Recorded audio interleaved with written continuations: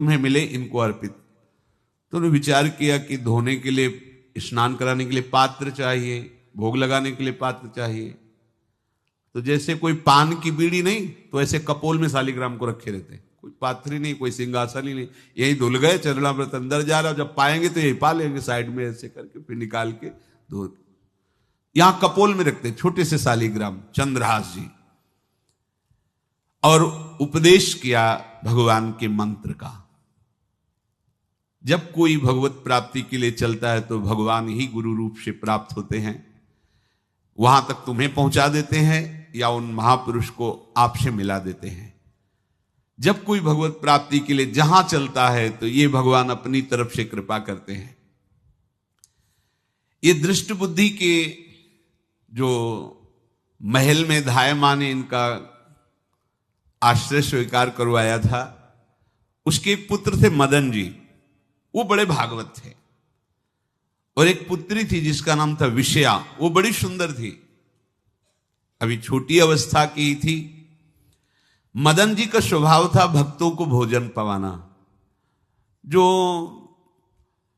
भगवत भाव के जन होते हैं उनके हृदय में ऐसा उत्साह होता रहता है कि जो वैष्णव हैं, संत जन हैं, इनको भोजन पवाने का मतलब श्री भगवान को भोजन पवाना। भक्तमाल में भी वर्णन है कि जैसे गर्भवती मां को आप कुछ भी पवाओ तो बालक की पुष्टता अपने आप होती है, ऐसे संतों के हृदय में भगवान विराजमान प्रगट रूप से हैं। जब हम संतों को भगवत भाव से भोग पवाते हैं तो साक्षात भगवान ही पाते हैं। और मदन थे भगवत भाव के, तो उन्होंने बुलाया बड़े बड़े भक्तों को और ब्राह्मणों को। जब ब्राह्मण और भक्त पा रहे थे तो खेलते खेलते चंद्रहास जी भी वहीं चले गए और उन्होंने भी वहां प्रसाद पाया। अब बड़े बड़े ब्राह्मणों में एक ज्योतिषाचार्य थे।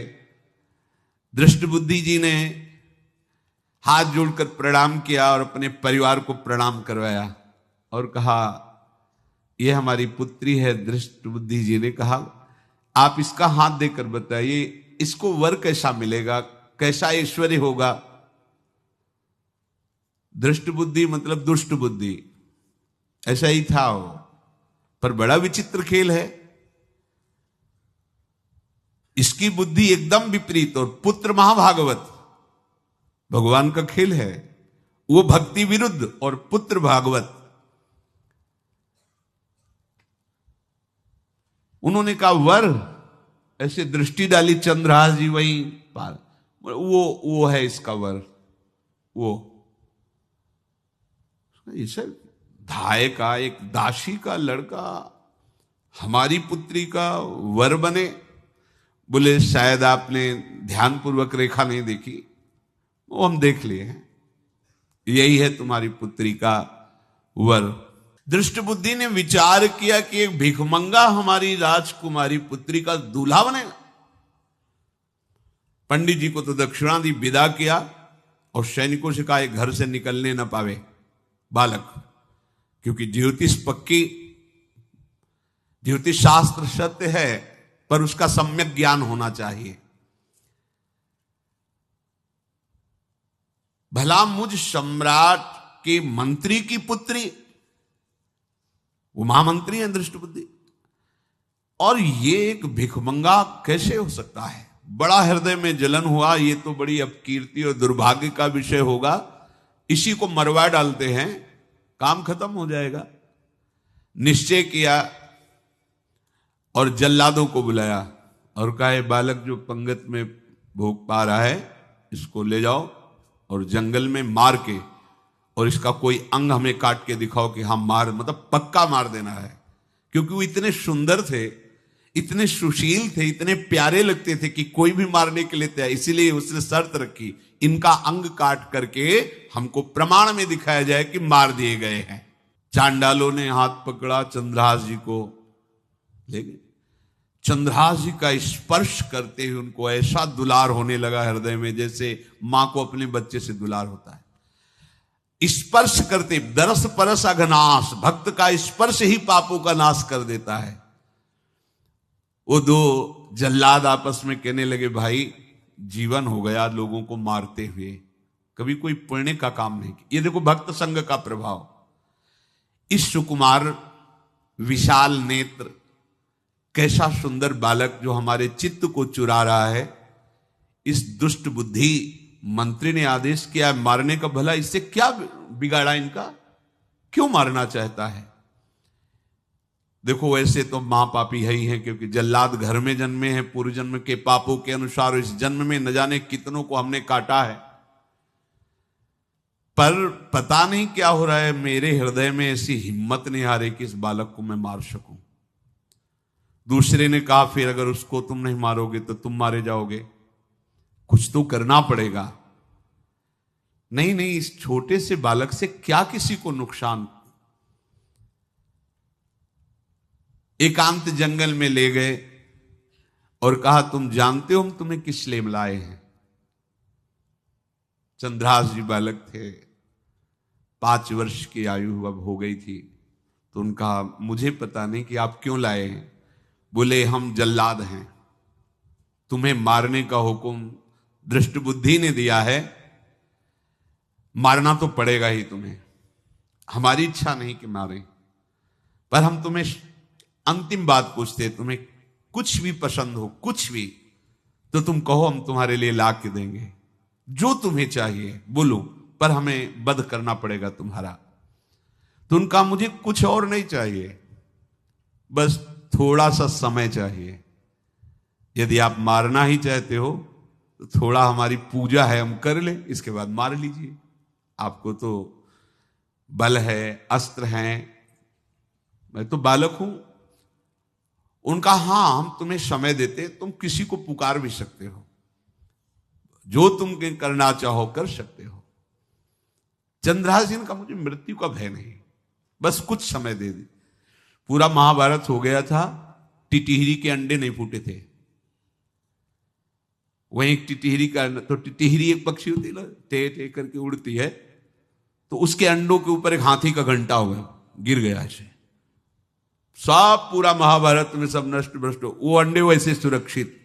तो जो प्रभु भारत युद्ध में राखे भरही अंड, सोई मुंह को राखे जो राखत ब्रह्मांड।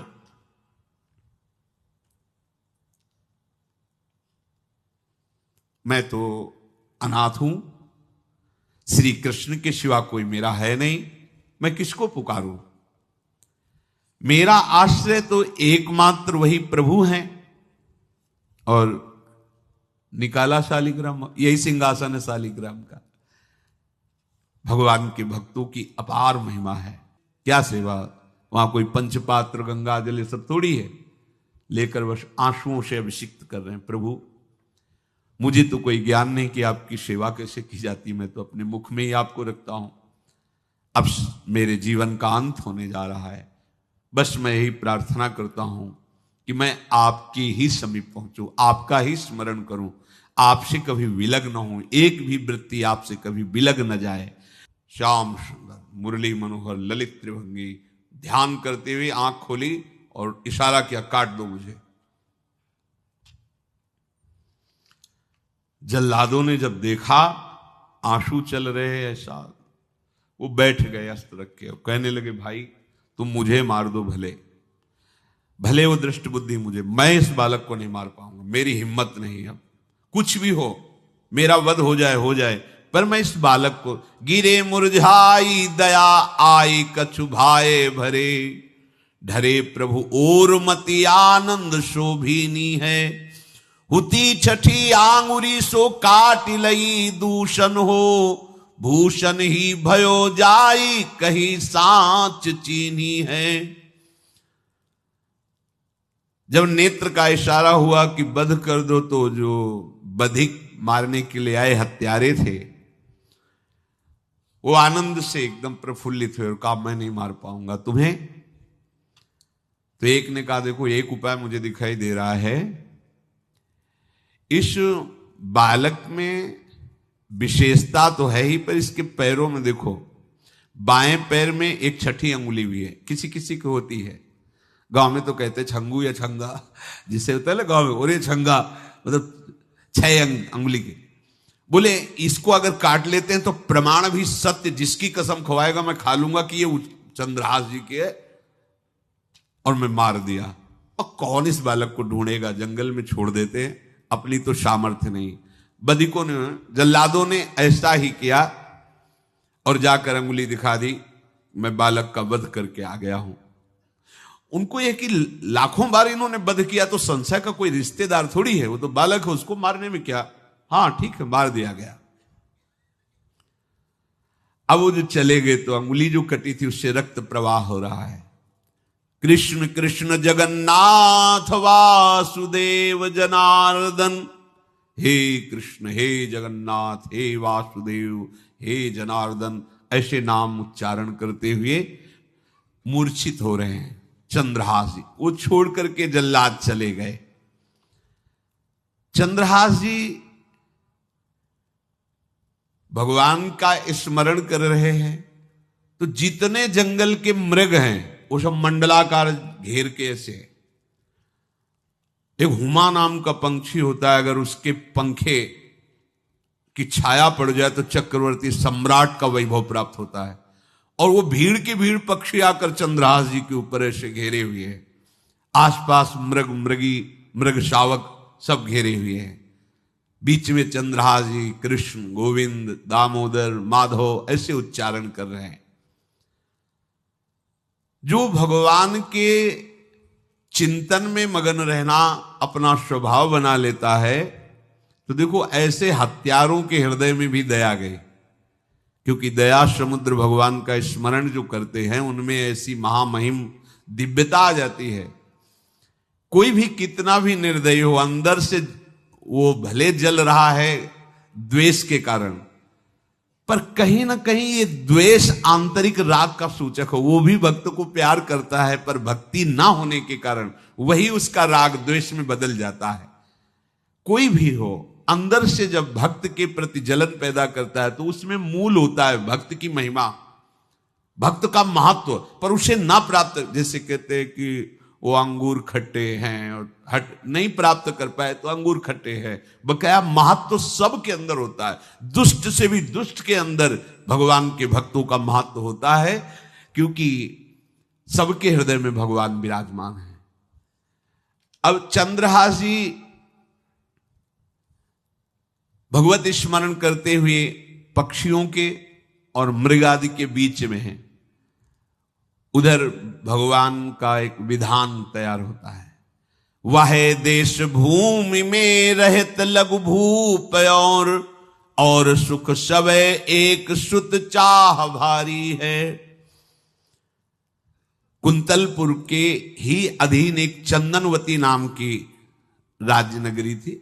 वहां के राजा थे, उनके पुत्र नहीं हो रहा था, तो कुंतलपुर सम्राट पद, चंदनवती राज्य राजा, जैसे प्रदेश और दिल्ली में बैठे हुए जो प्रधानमंत्री राष्ट्रपति वो बादशाह, जो दिल्ली का अधिकार वो बादशाह, और ऐसे छोटे छोटे जो राज्य हैं उनको राजा। तो ये चंदनवती के राजा कर दिया करते थे, प्रत्येक राजा को कर देना होता था बादशाह को। इनके पुत्र था नहीं और कर देने के लिए कुंतलपुर ही जा रहे थे, तो रास्ते में देखा कि बहुत से मृग और पंछी ये घेरे हुए क्या है, तो एक कौतूहल सा कि क्या है बीच में, आसपास मंडलाकार मृग, फिर वो विहंग पक्षी जो भगवान के आश्रित है, भगवान कैसी व्यवस्था करते हैं। वो चंदनावती के राजा दौड़ करके एक कौतूहलवश, क्या है यहां, मृगी पंक्तियों के बीच में पक्षी, हुमा नाम का बड़ा पवित्र पक्षी हिमालय आदि में पाया जाता है, जिसके ऊपर इसकी छाया पड़ जाए वो ऐश्वर्यवान हो जाए। देखा बालक दिव्य तेजों में